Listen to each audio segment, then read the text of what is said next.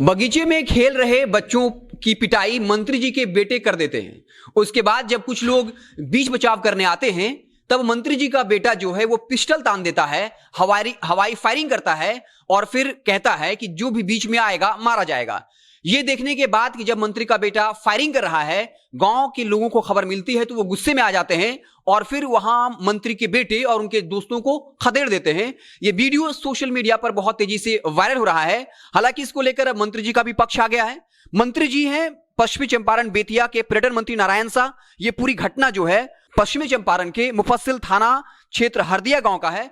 मंत्री जी का कहना है कि वो बगीचा जो है वो हमारे पुश्तैनी जमीन है 2 बीघा का। गांव के कुछ दबंग लोग उस जमीन को हथियाना चाहते हैं। हमारा भाई वहां पहुंचा था, लेकिन पहले ग्रामीणों ने पिटाई की, फिर अपने चाचा की मदद करने मेरा बेटा गया था, जिसके बाद जो लोग घायल हुए हैं, जो ये बात कही जा रही है कि मेरे बेटे ने उन्हें मारकर घायल किया, वो गांव वाले की पत्थरबाजी में वो खुद घायल हुए हैं। घुटना, कमर दर्द, लकवा आदि जैसे बीमारियों से परेशान हैं? जल्दी संपर्क करें आरोग्य हेल्थ और वेलनेस सेंटर पर। यहाँ फिजियोथेरेपी और अन्य विधियों द्वारा चिकित्सा की जाती है। संपर्क करें 7488185499 पर। लेकिन जो घायल है जनार्दन कुमार, उनकी मां ने साफ तौर पे कहा कि मंत्री के बेटे ने ही हमारे बेटों को, या जो 3 लोग घायल हुए उनको पीटा है।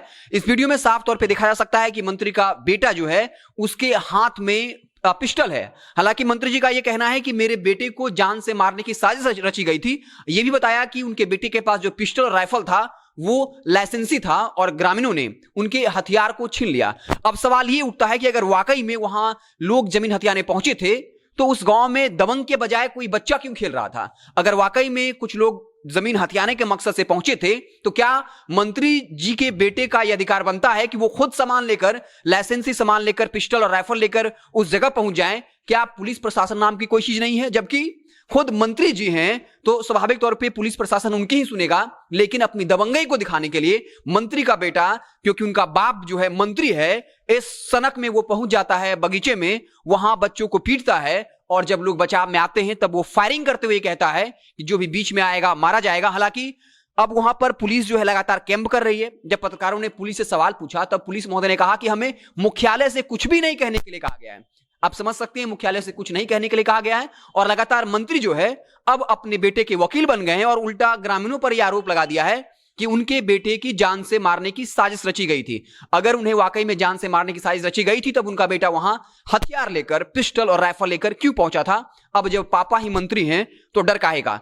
अब इसको लेकर लगातार जो है पर्यटन मंत्री जो बीजेपी कोटे से हैं, नारायण शाह, उनकी किरकिरी हो रही है। बता दें कि वो जो है पश्चिमी चंपारण के नौतन से विधायक बने हैं, फिर मंत्री पद का शपथ लिया, पर्यटन मंत्री हैं, 2015 में चुनाव जीता, 2020 में वो चुनाव जीत चुके हैं और कांग्रेस के काफी प्रिय पात्र नेता हैं। तो स्वाभाविक तौर पे अगर इनके बेटे की गलती भी होगी फिर भी इन पर कोई कार्रवाई नहीं होगी। सवाल यह भी उठ रहा है कि मंत्री का बेटा जिस गाड़ी से पहुंचा था वो मंत्री जी का गाड़ी था और उसमें बकायदा उनके नाम का नेम प्लेट था। हालांकि मंत्री जी का कहना है कि उनकी प्राइवेट गाड़ी थी, उसमें बोर्ड जरूर लगा हुआ था नेम प्लेट का, लेकिन वो ढका हुआ था। अब आप समझ ही सकते हैं इसको लेकर क्या कुछ कार्रवाई होगी। अब इस घटना को लेकर जो कुछ भी अपडेट आएगा तो हम उससे आपको इत्तला करेंगे। बहुत बहुत धन्यवाद।